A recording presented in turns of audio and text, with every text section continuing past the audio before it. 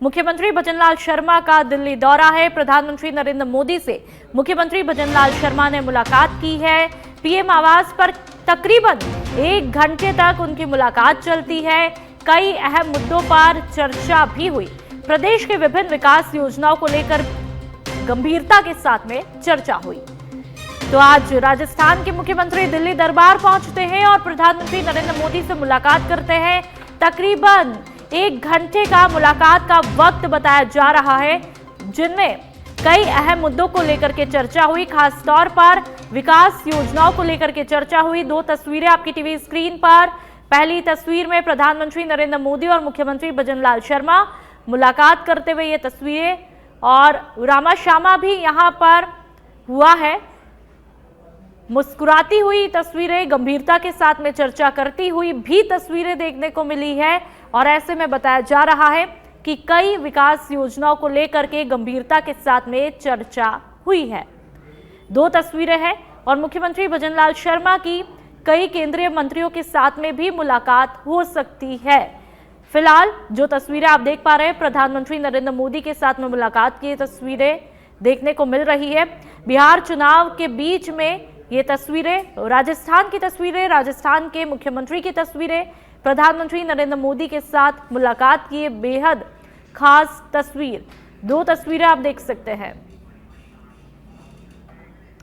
Justice Suryakant होंगे अगले मुख्य न्यायाधीश। सीजेआई बीआर गवई ने सूर्यकांत के नाम की सिफारिश की। सीजेआई गवई ने उत्तराधिकारी के तौर पर सिफारिश की। 23 नवंबर को सेवानिवृत्त होंगे सीजेआई बीआर गवई। और ये तस्वीरें आप देख लीजिए। सीजेआई गवई ने उत्तराधिकारी के तौर पर सिफारिश की है। और ऐसे में अब जो नाम को लेकर के तस्वीर साफ हुई है, उनमें सूर्यकांत का नाम आया है। और जस्टिस सूर्यकांत अब अगले मुख्य न्यायाधीश होंगे। सीजेआई बीआर गवई ने सूर्यकांत के नाम की सिफारिश की और उनकी तस्वीरें भी आप देख सकते हैं। बीआर गवई ने उत्तराधिकारी के तौर पर सूर्यकांत के नाम की सिफारिश की। और ऐसे में अब ये तस्वीर भी साफ हो चुकी है कि आखिरकार अगला सीजेआई कौन होगा। सूर्यकांत, जस्टिस सूर्यकांत अब अगले मुख्य न्यायाधीश होंगे।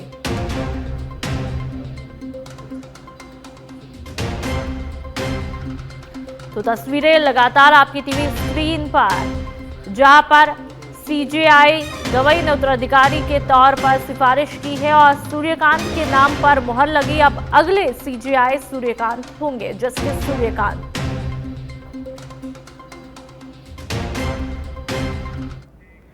डिजिटल अरेस्ट मामले पर सुप्रीम कोर्ट सख्त हुआ है। सुप्रीम कोर्ट ने सभी राज्यों को नोटिस जारी किया। सुप्रीम कोर्ट ने सभी राज्यों से जवाब तलब किया है। डिजिटल अरेस्ट मामले पर अब सुप्रीम कोर्ट की सख्ती देखने को मिली है। और ऐसे में सभी राज्यों को सुप्रीम कोर्ट ने सख्ती के साथ में नोटिस भी जारी किया है और सभी राज्यों से जवाब तलब किया है सुप्रीम कोर्ट बेहद सख्त अंदाज में। और ऐसे में सख्ती के साथ में 1 नहीं, 2 नहीं, 3 नहीं, सभी राज्यों को नोटिस जारी कर दिया है और जवाब भी तलब किया है। डिजिटल अरेस्ट का ये मामला है, ऐसे में जवाब भी मांगा गया है तमाम राज्यों से।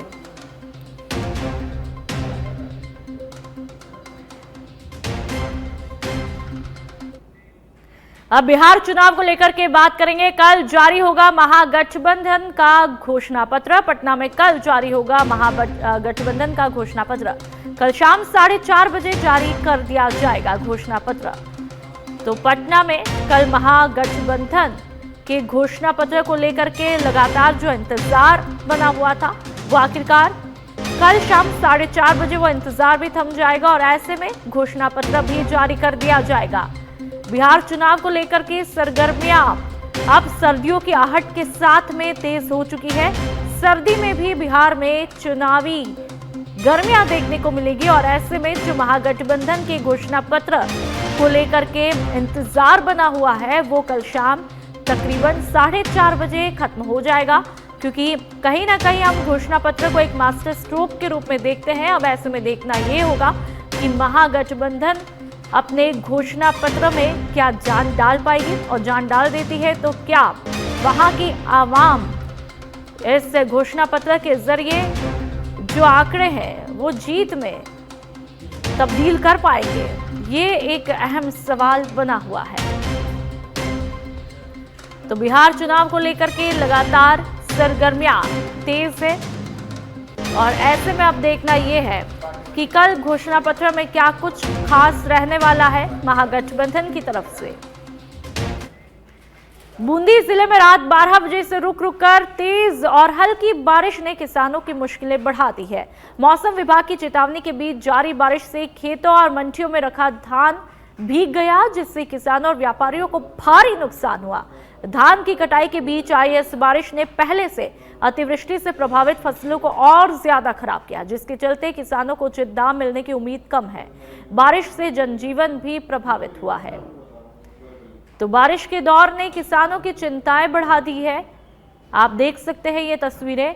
जो किसान दिन रात मेहनत करता है एक जीवन यापन के लिए, और कहीं ना कहीं आपका और हमारा जो जीवन यापन है वो कहीं ना कहीं इनडायरेक्ट तरीके से उनके जरिए भरता है, और ऐसे में आज वो किसान ही लाचार होते हुए दिखाई देते हैं। बरसात के पानी ने उनकी मेहनत पर एक तरह से पानी फेर दिया है, और ऐसे में जाहिर सी बात है कि हम और आप सिर्फ उनके दर्द को महसूस ही कर सकते हैं। पाली के सुमेरपुर में विधि विधान से पूजा अर्चना के बाद जवाई नहर खोली गई, जिससे किसानों को लगातार चौथी बार जवाई बांध से सिंचाई के लिए पानी मिला। किसानों को कुल 4 पांड में 4900 MCFT पानी दिया जा रहा है। जल संसाधन विभाग खंड अधिशासी अभियंता राज भवरायत, सहायक अभियंता अक्षय कुमावत, कनिष्ठ अभियंता अशोक पूनिया ने रात भर नहरों की मॉनिटरिंग की। जवाई बांध के पानी से रबी फसलों की बुआई होगी, तो वहीं कुछ स्थानों पर पानी नहीं पहुंचने पर विभाग निरीक्षण भी कर रहा है।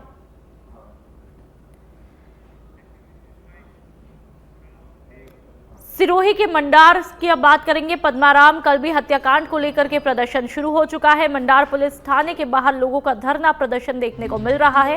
आसपास के गांवों से बड़ी संख्या में लोग पहुंचे। धरना स्थल पर व्यापार संघ, समाज के वरिष्ठ जन मौजूद है, साथ ही युवा वर्ग और बुजुर्ग प्रतिनिधि भी बड़ी तादाद में मौजूद हत्याकांड के दोषियों की जल्द गिरफ्तारी और जांच की मांग कर रहे हैं। मौके पर पुलिस प्रशासन ने सुरक्षा के कड़े इंतजाम किए हैं। दोषियों को सख्त सजा नहीं दी जाती तब तक यह आंदोलन जारी रहेगा। तो धरना स्थल पर व्यापार संघ हो या फिर समाज के वरिष्ठ जन हो मौजूद है, साथ ही युवा वर्ग और बुजुर्ग प्रतिनिधि भी बड़ी तादाद में मौजूद है। दोषियों को सख्त सजा नहीं दी जाती तब तक यह आंदोलन जारी रहेगा, एक चेतावनी यहां पर दी गई है। और इसके रहते मौके पर पुलिस प्रशासन ने कड़े इंतजामात भी किए। तस्वीरें आप देख सकते हैं। यहां पर लोग जो है वो पूरे एकजुट है। सिरोही के मंडार की ये तस्वीरें हैं। पद्माराम कल्बी हत्याकांड को लेकर के प्रदर्शन शुरू हो चुका है। इन तस्वीरों के जरिए साफ तौर पर यह प्रदर्शन देखा जा सकता है। मंडार पुलिस थाने के बाहर लोगों की भीड़ जमा है और धरना प्रदर्शन लोग यहां पर देते हुए दिखाई देते हैं। आसपास के जो गांव है वहां से भी बड़ी संख्या में लोग यहां पर पहुंचे हैं। धरना स्थल पर व्यापार संघ, समाज के वरिष्ठ जन भी यहां पर मौजूद हैं।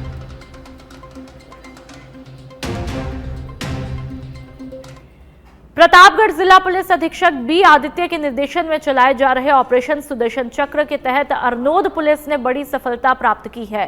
थानाधिकारी हजारीलाल मीणा के नेतृत्व में पुलिस टीम ने 26 अक्टूबर को 4 स्थायी वारंटियों को गिरफ्तार किया। ये सभी विभिन्न न्यायालयों के वारंट में लंबे समय से फरार थे। इसके अलावा एक विधि से संघर्षरत बालक को भी डिटेन किया है। पुलिस अधीक्षक ने बताया कि जिले भर में फरार आरोपियों की धरपकड़ तेज हुई है।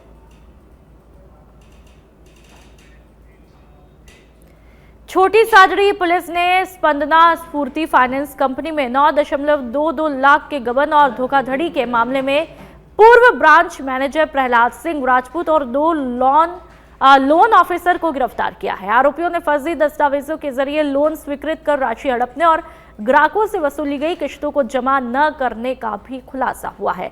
तो गबन और धोखाधड़ी का यह मामला है। 10 लाख की धोखाधड़ी का खुलासा हुआ है। पूर्व ब्रांच मैनेजर सहित 2 लोन ऑफिसर भी गिरफ्तार किए गए हैं। और आप देख लीजिए धोखाधड़ी का अंत किस तरह से होता है, वो तस्वीरें आपकी टीवी स्क्रीन पर। 10 लाख जो कि एक बड़ी रकम होती है, उस धोखाधड़ी का खुलासा हुआ। बांसवाड़ा के मानगढ़ धाम पर आगामी 15 तारीख को भगवान बिरसा मुंडा की जयंती राज्य स्तरीय कार्यक्रम कर मनाई जाएगी। जनजाति क्षेत्र में भगवान बिरसा मुंडा के जीवनी को याद करते हुए कार्यक्रम आयोजित होंगे, जिसको लेकर के जिला कलेक्टर डॉक्टर इंद्रजीत सिंह ने जिले के सभी विभाग के अधिकारियों के साथ में मीटिंग ली। इस दौरान सभी अधिकारियों को कार्यक्रम की तैयारियों को लेकर के दिशा निर्देश दिए। इस दौरान जिला कलेक्टर ने कहा कि 1 से 15 तारीख के बीच खेल कूद प्रतियोगिता का आयोजन होगा। इस कार्यक्रम में सीएम भजनलाल शर्मा के आने की संभावना के साथ ही जनजाति मंत्री विधायक भी मौजूद रहेंगे। लेकिन राज्य सरकार का जो जनजाति क्षेत्रीय विकास विभाग है, उनकी तरफ से भगवान बिरसा मुंडा जी की 150वीं जन्म जयंती के अवसर पर जनजाति गौरव दिवस मनाने के संबंध में निर्देश प्राप्त हुए। उसी की तैयारियों को लेकर आज सारे विभागों की समीक्षा बैठक रखी गई थी। मुख्य कार्यक्रम है वो 15 नवंबर को सेलिब्रेट किया जाएगा जनजाति गौरव दिवस के रूप में। लेकिन 1 तारीख से लेकर 14 तारीख तक निरंतर अलग अलग विषयों पे अलग अलग कार्यक्रम आयोजित किए जाएंगे। उदाहरण के तौर पे हमारा जो AMRS है, वहाँ पे पेंटिंग प्रतियोगिता, इसके अलावा जनजाति समाज का जो योगदान रहा है अलग अलग क्षेत्रों में, उनके बारे में प्रबुद्ध जनों से चर्चा और इस प्रकार के कार्यक्रम रखे गए हैं। मुख्य उद्देश्य है भगवान बिरसा मुंडा का जो योगदान रहा है। सिरोही के आबू रोड की अब बात करेंगे। बस स्टैंड के सामने नो पार्किंग जोन में खड़ी कार पर हुआ बवाल। यातायात महिला हेड कांस्टेबल के साथ में लोगों ने बदतमीजी की। सड़क पर जाम के बीच पहुंची थी महिला हेड कांस्टेबल और मौके पर नो पार्किंग में खड़ी कार को हटाने को लेकर के विवाद हुआ। 3 महिला सहित 7 लोगों ने महिला हेड कांस्टेबल के साथ में हाथापाई की कोशिश भी की। कार सवार लोगों ने जाम के बीच भी जमकर उत्पात मचाया। माताजी मंदिर के सामने भी महिला कांस्टेबल से कहासुनी हुई थी। रिटायर्ड पुलिसकर्मी ने मौके पर पहुंच के मामले को शांत करवाया। शहर पुलिस ने मौके से सभी को पकड़कर शहर थाने लेकर के आए और मां अंबे मंदिर के पास की घटना बताई जा रही है।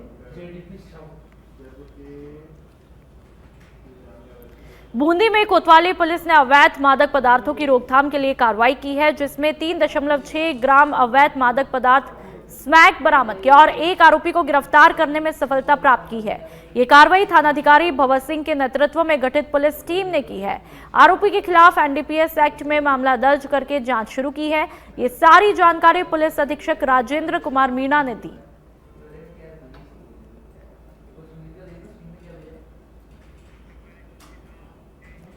भरतपुर के गांव पथैना में अज्ञात चोरों ने सरसों से भरी 8 बोरी को चुरा लिया। मालिक ने चोरी की वारदात पता चलने पर पुलिस को सूचना दी, जिस पर पुलिस अधिकारी महेश चंद मय पुलिस जाब्ते के साथ में घटना स्थल पर पहुंचे और वारदात की जानकारी ली। पुलिस आसपास के CCTV कैमरे को खंगाल रही है।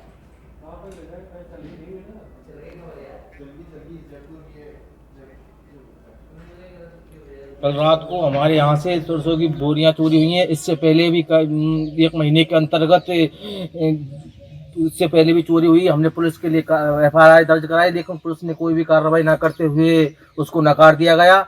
ये दोबारा 1 ही महीने के अंतर्गत दोबारा हमारी 7 बोरी सरसों की यहाँ से चोरियां हुई हैं। धन्यवाद। अगर पुलिस प्रशासन कार्रवाई नहीं करता है तो हम 2 दिनों के अंतर्गत गाँव में पंचायत जोड़ेंगे और SP साहब के पास जाएंगे।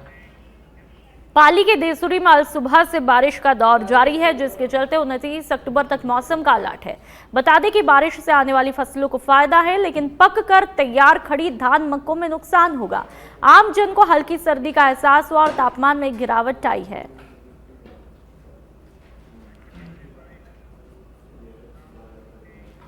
कोटा के नाता थाना क्षेत्र के खाटीपुर के पास में एक बड़ा सड़क हादसा हुआ। बताया जा रहा है कि बाड़मेर से कोटा आ रही एक निजी बस अनियंत्रित होकर पलट गई। यह हादसा बस के तेज रफ्तार और फिसलन भरी सड़क के कारण हुआ। हादसे में करीब 13 यात्री गंभीर रूप से घायल हुए, जबकि अन्य को हल्की चोटें आई। वहां के लोगों ने तुरंत पुलिस और एम्बुलेंस को सूचना दी। सूचना मिलते ही पुलिस मौके पर पहुंची और रेस्क्यू अभियान चलाकर यात्रियों को बस से बाहर निकाला। सभी घायलों को मेडिकल कॉलेज अस्पताल में भर्ती करवाया, जहां पर उनका इलाज जारी है। पुलिस के मुताबिक बस के आगे एक ट्रेलर चल रहा था और बारिश की वजह से सड़क फिसलन भरी थी। इसी दौरान बस का संतुलन बिगड़ जाता है और वह सड़क किनारे पलट गई। पुलिस ने मामला दर्ज किया और जांच शुरू की है। बाली में राष्ट्रीय स्वयंसेवक संघ यानी कि आरएसएस के आने वाले घर घर संपर्क अभियान 1 से 16 नवंबर की तैयारियों के लिए देसूरी के आदर्श विद्या मंदिर में खंड स्तरीय बैठक उत्साहपूर्वक संपन्न हुई। विभाग सह कार्यवाह नरेंद्र जी ने बताया कि अभियान का उद्देश्य प्रत्येक घर तक राष्ट्रीय भावना, स्वदेशी जीवन दृष्टि और पंच परिवर्तन विषयों, कुटुंब प्रबोधन, सामाजिक समरसता, पर्यावरण संरक्षण, नागरिक कर्तव्य स्व का बोध को पहुंचाना है। बैठक में राष्ट्रीय सेवा के 100 साल पत्रक, ध्येय सेवा के 100 साल पुस्तक और भारत माता के चित्र का विमोचन हुआ। देसूरी खंड और 11 मंडलों के प्रमुख कार्यकर्ताओं ने अभियान की कार्य योजना पर भी चर्चा की। वातावरण राष्ट्रीय भावना और संगठन भाव से ओतप्रोत रहा।